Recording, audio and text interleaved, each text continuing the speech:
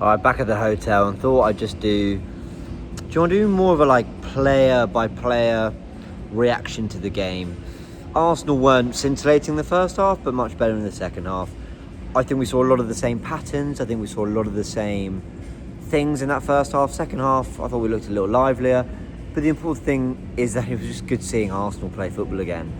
I thought AC Milan were decently competitive. It was a fairly physical game. It wasn't really a test. It was a good pre-season run out, which we won thanks to a great ball from Kivior. We'll chat about him in a bit more detail in a sec. And it was generally just like a sensible pre-season game, which we won, in which no one got injured. We saw Max Dowman look brilliant. He's who everyone's talking about, but Ethan Waneri needs to be talked about too. So let me just go into the players quickly. And like I said, I want to go position by position. Raya wasn't troubled. Kepa made 3 great saves from the penalties. Fair play. Really fair play. And I said in a video on the Goonerverse too that our ability to win the cups has improved via signing a Kepa, and some people might think, really? But yeah, you need a dependable goalkeeper, and you might go to penalties. You might have a situation like that, and Kepa has shown in this game he's pretty dependable from the spot. So fair play.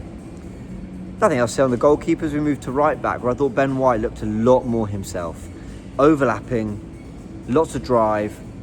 The right hand side had a fluidity with Saka sometimes on the inside, with Waneri on the outside, sometimes both of them on the inside, so White could go on the outside. Sometimes Saka was hugging the touchline so that Waneri had the pockets to drive into, or sit in, should I say, with White driving into them. White looked a lot sharper. It was really good to see.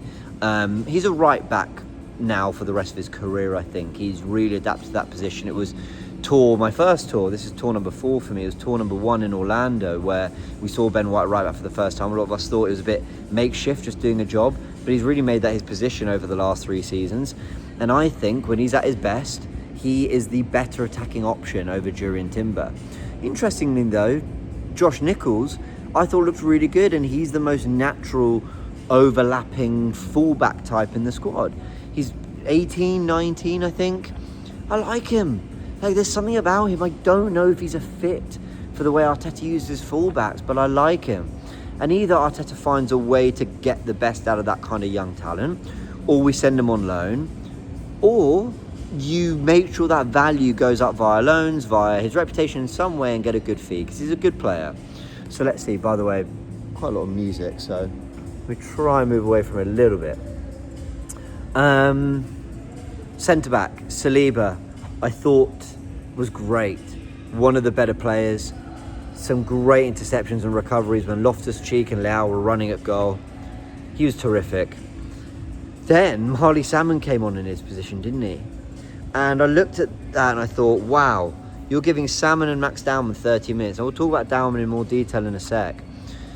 But with Salmon, I thought, played a brilliant raking pass, was very aggressive and front-footed. Now, as a 15-year-old coming on when you're an attacker, maybe it's your footwork and your craft that you're being judged on. But when you're coming on as a centre-back, the physical side of the game is a huge part of it. And I thought, for the little he had to do, to be fair, he really stood up to it. Congrats to him. What a talent we've got there. I hope you see a little bit more of him this tour. But with Mosquera here in Singapore, I think there's a good chance that Mosquera will be getting the rest of those minutes in place of Saliba, but let's see. Calafiori, I thought, did really well at left centre-back. And I thought he did really well at left centre-back, and I thought with Kivior coming in, who showed what his distribution can really be too. Yeah, I was really impressed by both of them, actually. I thought when I say really impressed, Saliba did most of the work. He did the kind of more highlight work. But I thought the two of them, in terms of Calafiori defensively and stepping forward at times, Kivior with his distribution and passing, played a lovely ball round the back, I think for Kai Havertz, maybe it was Trossard, and he's got that distribution in him. So yeah, well done to them too. We've got good options. That's without Gabriel. We're so stacked in that position. Probably of any team in the world, there's kind of no better set of options, whether it be at right back, whether it be at left back. Our back four, I just think the options we've got in terms of depth and quality in our defence is exceptional.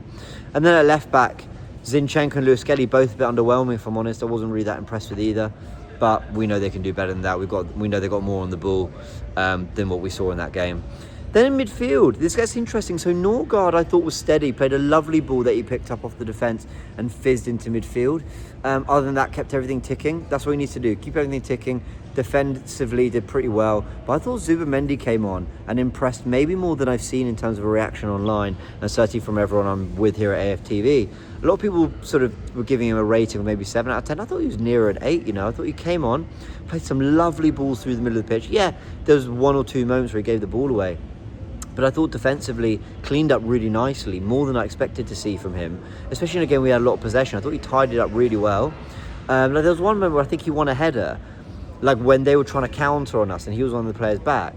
I think people thought it was kind of a poor judgment, but actually I thought it was good judgment. He won the header and then was able to recover and win the ball after that, against probably a far more stronger player, but of course I didn't have the best view of it from where I was. But yeah, I thought defensively he did well, but he was trying to pass the ball into the penalty area, into central areas where you're going to hurt teams, and he's going to have to do that, because I think with Ødegaard drifting wide, Rice drifting wide, especially if we're not going to have a striker like Gyökeres dropping into the pockets, but more trying to run in beyond, I think Zubimendi can fizz that ball into a physical presence like him.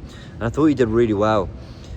Ødegaard and Nwaneri, well, I thought Ødegaard had some bright spots, but I thought Nwaneri really was the one who, the shots he was getting off, the flair, the skill, the drive. I think if you're doing it pound for pound, Nwaneri was the best player on the pitch, though Saka was probably rightly man of the match.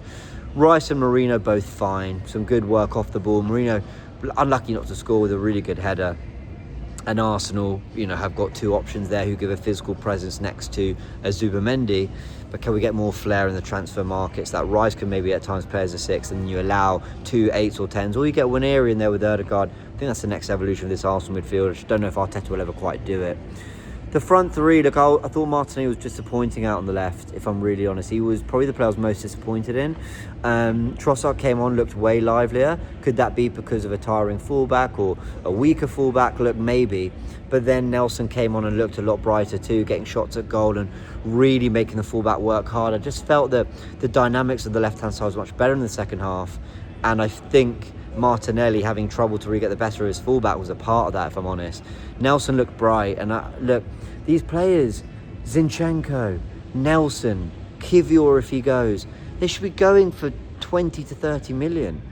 But the way we are in the market, we'll sort of be quite happy with 10. There's more talent in these players. Yeah, they might not be right for us where we're trying to be. We're trying to win the title. Arsenal, when they were trying to go from 5th to Champions League football, spent 45 million on Jesus and 35 on Zinchenko. So there should be buyers out there. And I think we've tanked these values, if I'm really honest. But I was impressed with what I saw from Nelson and Trossard when they came on. Havertz up front, I thought was extremely disappointing. He had some good moments, like he tried to play a slip-through ball into Saka, a little bit less on it, and we're saying it's a great pass. He worked hard, he pressed the goalkeeper well, and he played. He won the ball back off their centre-back and played through Martinelli, who probably should have done, definitely should have done a lot better. And that was kind of some highlight moments for Havertz in what was otherwise a pretty disappointing performance, if I'm honest. I didn't see anything that suggested to me a kick up the backside because of the Gyökeres imminent signing. So yeah, didn't see enough from him there. Saka, my man of the match, lots of drive. End product was a little bit disappointing bar the goal, which to be fair play to him, won us the game. But others I thought loads of drive. He was running at them on the outside, on the inside, and then making runs behind from Ben White passes, and that is where Saka's at his best. He gives fullbacks so many different problems. Rightly man of the match, though, like I said, pound for pound, I thought Nwaneri was probably more impressive in the 45 minutes we got from him than the 65 we got from Saka, if that kind of makes sense. And then Max Dowman, and this is where we're going to end. Look, I don't want to say too much. I'll tell you why I don't want to say too much. I'm torn between he's a first team player, he's with the group, judge him like you judge anyone else, and he's a 15-year-old on pre-season. There's a part of you that just goes, we should just be enjoying it. Fair play, he came on, looked lively, he wanted the ball to feet, he wanted to run at players, he didn't want to make the easy pass. If there was the ability to turn and actually show some guile and some flair, he was bringing that. But there was a confidence through him. He didn't look 15 on that pitch. And the biggest compliment I can pay to him is, if he was 17 or 18, we'd be saying he's going to play football this season, because he looked that good and that comfortable. but he's 15, and I can't look past that. What 15-year-old is starting Premier League games and getting significant minutes in a squad that is looking to win the title? But that is purely innate. You can do nothing about that but wait. And you know what, if he's good enough, he'll play, because that's ultimately, football has always been about merit, and if he's good enough, he will play. He's training with the first team, and he's now on tour, and he's getting 30 minutes in a pre-season game against AC Milan. It's way more than I ever expected to see from him. But there's a guile. He can play in the pockets. He can float out wide and take on fullbacks. He can be a touchline winger.